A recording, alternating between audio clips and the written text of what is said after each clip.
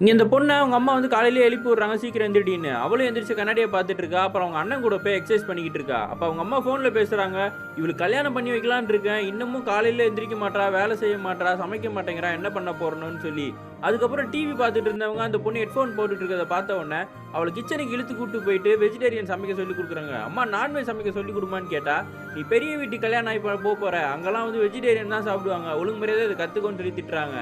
அவங்க அம்மா இப்படி கல்யாணத்த பத்தி சும்மா சும்மா பேசுறது அந்த பொண்ணுக்கு சுத்தமா பிடிக்கல. மூஞ்சியெல்லாம் மாறி போய் நிக்கிறா. அவ செஞ்ச காய்கறிய எடுத்துட்டு போயிட்டு பக்கத்து வீட்டு ஆன்டி கிட்ட குடுத்தா, அவங்க சாப்பிட்டுட்டு சுமார் தான் இவன்லாம் பாஸ் ஆக மாட்டான்னு சொல்லிக்கிட்டு இருக்காங்க. வீட்டு பின்னாடி வேலை நடந்துகிட்டு இருக்கு. அப்ப அவங்க அண்ணன் சொல்றான், "இவளுக்கு அந்த மரைன் இன்ஜினியர பார்த்தோமே, அவனையே வந்து செட் பண்ணி விட்டுறலாம். அவன் வீட்ல அம்மா மட்டும் தான் இருக்காங்க. தங்கச்சிலாம் கிடையாது. வீட்டு ஆளுங்கலாம் வேலை செஞ்சு பார்த்துப்பாங்க. இவ சமைக்கவே கத்துக்க தேவையில்லன்ன உடனே, அவங்க அம்மா நல்ல ஐடியாடான்னு சொல்லிக்கிட்டு இருக்காங்க. அப்ப அந்த பொண்ணு வந்துட்டு, "அம்மா உங்ககிட்ட ஒரு விஷயம் பேசணும்னு" சொல்றா. "என்ன? இப்ப வந்து மேலும் படிக்க போறேன். எனக்கு கல்யாணம்லாம் தேவையில்ல. அதுதானே சொல்ல போறேன்னா" அந்த பொண்ணு கைய புடிச்சுக்கிட்டே சொல்றா. "இல்ல நீங்க இதுக்கப்புறம் எனக்கு மாப்பிள்ளைலாம் பார்க்காதீங்க. நீங்க எனக்கு பார்க்கணும்னா பொண்ணு தான் பார்க்கணும்னோனே" குடும்பத்தில இருக்க எல்லாம் மிரண்டு போயிடுறாங்க.